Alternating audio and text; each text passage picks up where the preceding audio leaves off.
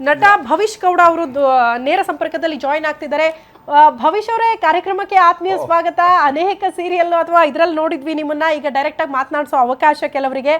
So ನಮ್ಮ ಪ್ರಶ್ನೆ ಏನಂದ್ರೆ, ಸೀರಿಯಲ್ ಇಂದ ಮನೆ ಹಾಳಾಗ್ತಾ ಇದೆ ಅಂತ ಒಪ್ಕೊಳ್ತೀರಾ ಹೆಂಗೆ ಅಂತ?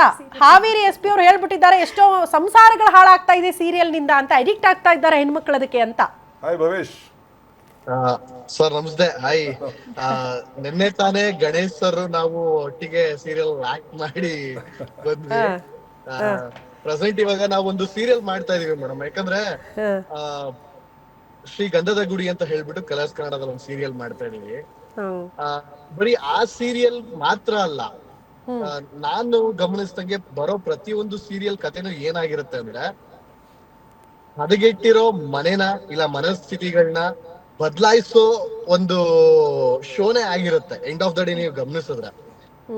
ಸೊ ಈಗ ಪ್ರೆಸೆಂಟ್ ನಾನ್ ಮಾಡ್ತಾ ಇರೋ ಸೀರಿಯಲ್ ಕೂಡ ಒಂದು ಹೆಣ್ಣು ಒಂದು ಮನೆಗ್ ಬಂದು ಹದಗೆಟ್ಟಿರೋ ಮನೆಗಳನ್ನ ಮನಸ್ಥಿತಿಗಳನ್ನ ಹೇಗೆ ಚೇಂಜ್ ಮಾಡ್ತಾಳೆ, ಹೇಗೆ ಎಲ್ಲಾರನ್ನು ಸರಿ ಮಾಡ್ತಾಳೆ ಅನ್ನೋದೇ ಲೈನ್. ಸೊ ಅದರಲ್ಲಿ ನೀವು ಸಾವಿರ ಟ್ವಿಸ್ಟ್ ಅಂಡ್ ಟರ್ನ್ಸ್ ಬರುತ್ತೆ, ಸ್ಕ್ರೀನ್ ಪ್ಲೇ ಅಲ್ಲಿ ಬೇರೆ ಬೇರೆ ಕ್ಯಾರೆಕ್ಟರ್ಗಳು ಬರುತ್ತೆ, ಜಗಳ ಆಗುತ್ತೆ, ಎಲ್ಲ ಆಗುತ್ತೆ. But end of the day ಏನಾಗುತ್ತೆ? ಒಳ್ಳೇದೇ ಆಗುತ್ತೆ. ಸೊ ಈಗ ನಿಮ್ಮ ಲೈಫಲ್ಲೂ ಅಷ್ಟೇ, ಈಗ ಪ್ರತಿ ಒಂದ್ ಸೀರಿಯಲ್ ನಿಮ್ ಲೈಫ್ ತಗೊಂಡ್ರೆ, ನಿಮ್ ಲೈಫ್ ಅಲ್ಲಿ ಏಳು ಬೀಳುಗಳಿರುತ್ತೆ, ಸಾಧನೆ ಮಾಡ್ಬೇಕು ಅನ್ನೋ ಗೋಲು ನಿಮ್ ತಲೆಯಲ್ಲಿ ಇರುತ್ತೆ. ಬಟ್ ಆದ್ರೆ ಕಷ್ಟ ಬಂದೇ ಬರುತ್ತಲ್ವಾ, ಬಿದ್ದೇ ಬೀಳ್ತೀರಾ ಅಲ್ವಾ?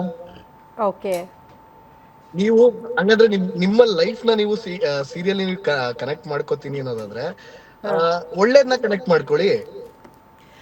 ಎಕ್ಸಾಕ್ಟ್ಲಿ ನಮ್ದು ಪ್ರಶ್ನೆ ಇದೆ. ನೀವು ಒಳ್ಳೇದನ್ನ ತಗೊಳ್ಳಿ, ಕೆಟ್ಟದನ್ನ ತಗೊಳ್ಬೇಡಿ, ಯಾರು ತಗೊಳ್ಳಿ ಅಂತ ಫೋರ್ಸ್ ಮಾಡ್ತಿದ್ದಾರೆ ನಿಮ್ಗೆ ಅನ್ನೋದು ಪ್ರಶ್ನೆ.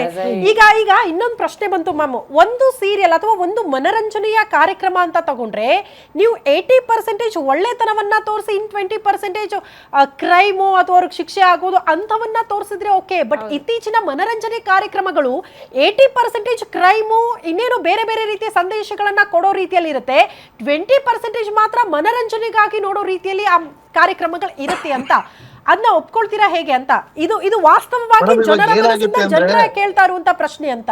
ಇವಾಗ ತುಂಬಾ ಜಾಸ್ತಿ ಒಳ್ಳೆ ತೋರ್ಸಕ್ ಹೋದ್ರೆ ಯಾರು ನೋಡಲ್ಲ ಮೇಡಮ್. ಬಟ್ ಹಂಗಂತ ಮಾತ್ರ ಹಂಗಂದ್ರೆ ಏನ್ ಬೇಕಾದ್ರೂ ಮಾಡಬಹುದಾ? ಇದ್ರ ಜೊತೆಗೆ ಇನ್ನೊಂದು ಪ್ರಶ್ನೆ ಬಂತು, ಸೀರಿಯಲ್ ಅಲ್ಲೇ ಆಕ್ಟ್ ಮಾಡುವ ನಟ ನಟಿಯರಿಗೆ ಅತಿ ಹೆಚ್ಚಿನ ಸಂಭಾವನೆ ಇರುತ್ತೆ, ಹಂಗಾಗಿ ಅದನ್ನ ಸಮರ್ಥನೆ ಮಾಡ್ಕೊಳ್ತಾರೆ ಅಂತ. ಸೊ ನನ್ ಮತ್ತೆ ಹೇಳ್ತೀನಿ, ಸೀರಿಯಲ್ ವಿರೋಧಿ ಅಲ್ಲ ಸರ್, ಬರ್ತಾ ಇರುವ ಪ್ರಶ್ನೆಗಳಿಗೆ ಕ್ಲಾರಿಟಿ ತಗೊಳ್ತಾ ಇದೀನಿ ಅಷ್ಟೇ ಅಂತ. ಇಲ್ಲ ಮೇಡಮ್, ಲಾಸ್ಟ್ ಒಬ್ರು ಅಮೃತ ಮೇಡಮ್ ಅಂತ ಮಾತಾಡಿದ್ರು, ಅವ್ರು ನೋಡ್ದೆ ನಾನು. ಆಕ್ಚುಲಿ ಈಗ ಒಂದು ಆ ವಿಡಿಯೋ ನೋಡ್ದೆ. ಆಕ್ಚುಲಿ ಏನಂದ್ರೆ, ನಮ್ ಸೀರಿಯಲ್ ಅಲ್ಲಿ ಏನ್ ಬೇಕು ಎಲ್ಲಾನು ಮಾಡಕ್ ಅವಕಾಶ ಇರಲ್ಲ ಮೇಡಮ್. ಅದಕ್ಕೂ ಒಂದು ರೂಲ್ಸ್ ಇರುತ್ತೆ, ರೆಗ್ಯುಲೇಷನ್ಸ್ ಇರುತ್ತೆ. ಇಷ್ಟೇ ಮಾತಾಡ್ಬೇಕು, ಇಷ್ಟನ್ನೇ ಕೆಲವೊಂದು ವರ್ಡ್ಸ್ ಗಳನ್ನ ಯೂಸ್ ಮಾಡಬಾರ್ದು, ಏನ್ ಜನರಿಗೆ ನಾವು ನೆಗೆಟಿವ್ ಆಗಿ ಕೊಟ್ರೆ ಮಾಡಬಾರ್ದು, ಆ ಟರ್ಮ್ಸ್ ಅಂಡ್ ಕಂಡೀಷನ್ಸ್ ಇದ್ದೇ ಇರುತ್ತೆ. ಅದ್ರ ಮೇಲೆ ನಾವು ಕೆಲಸ ಮಾಡೋದು ಮೇಡಮ್. ನಾನೀಗ ಮನೆ ಹಾಳು ಕೆಲಸ ಮಾಡ್ಬೇಕು, ಮನೆ ಹಾಳು ಸೀರಿಯಲ್ಸ್ ಅಂತಂದ್ರೆ ನಾನ್ ಏನಕ್ಕೆ ಮೇಡಮ್ ಈ ಫೀಲ್ಡ್ ಬರ್ಬೇಕು? ಮನೆ ಹಾಳು ಕೆಲಸ ಮಾಡಕ್ ಈ ಫೀಲ್ಡ್ ಏನಕ್ಕೆ ಬರ್ಬೇಕು? ಬೇರೆ ಫೀಲ್ಡ್ ಹೋಗ್ಬೋದಿತ್ತಲ್ಲ. ಎಂಟರ್ಟೈನ್ ಮಾಡ್ಬೇಕು ಅನ್ನೋ ಉದ್ದೇಶದಿಂದ ಬರ್ತೀವಿ ಮೇಡಮ್.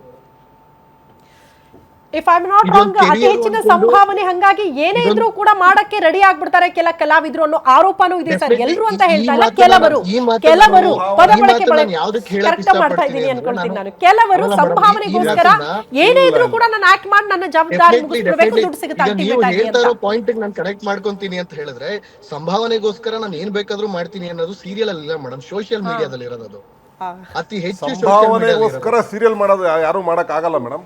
ನೀವು ಸಂಭಾವನೆ ಎಷ್ಟೇ ಕೊಟ್ರು ಸೀರಿಯಲ್ ಒಂದು ಹೆಡ್ ಆಫ್ ದಿ ಡಿಪಾರ್ಟ್ಮೆಂಟ್ ಅಂತ ಇರುತ್ತೆ, ಅವ್ರು ಅದಕ್ಕೆಲ್ಲ ಕತ್ರಿ ಹಾಕ್ತಾರೆ. ಸಂಭಾವನೆಗೋಸ್ಕರ ಯಾರು ಮಾಡಲ್ಲ.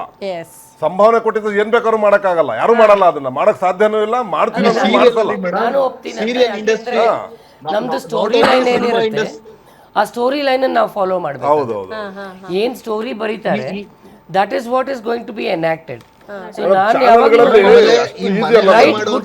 ಸಂಭಾವನೆ ಕೊಟ್ಟಿದ ತಕ್ಷಣ ಏನ್ ಬೇಕಾದ್ರೂ ಮಾಡೋ ಅಂತ ಹೇಳಲ್ಲ ಅವರು. ನಾವು ಮಾಡ್ತಿದ್ರು ಮಾಡ್ಸಲ್ಲ ಅವರು. ಅದು ಇರೋದು ನಮ್ಮ ಭವಿಷ್ಯ ಸೋಷಿಯಲ್ ಮೀಡಿಯಾದಲ್ಲಿ ಏನ್ ಬೇಕಾದ್ರೂ ಮಾಡ್ತಾರ ಅವರು. ಎಂತೆಂತ ಕಂಟೆಂಟ್ ಬರ್ತಾರೆ ಸೋಷಿಯಲ್ ಮೀಡಿಯಾದಲ್ಲಿ, ಅದಕ್ಕೆ ಕಡಿವಾಣ ಇಲ್ಲ. ನಮಗೆ ಒಂದು ಕಡಿವಾಣ ಇದೆ, ಸಿನಿಮಾದಲ್ಲಿ ಸೆನ್ಸಾರ್ ಆಫೀಸ್ ಅಂತಿದೆ. ಆ ಸೆನ್ಸಾರ್ ದಾಟಿ ಬರ್ಬೇಕಾದ್ರೆ ಅವ್ನು ಹೇಳ್ಕರೆ ನೀರು ಕೊಡ್ದಂಗ ಅವನು ಪ್ರತಿಯೊಂದು ಸೆಂಟೆನ್ಸ್ ನೋಡ್ತಾ ಇರ್ತೀವಿ ಸೆನ್ಸಾರ್ ಅಲ್ಲಿ.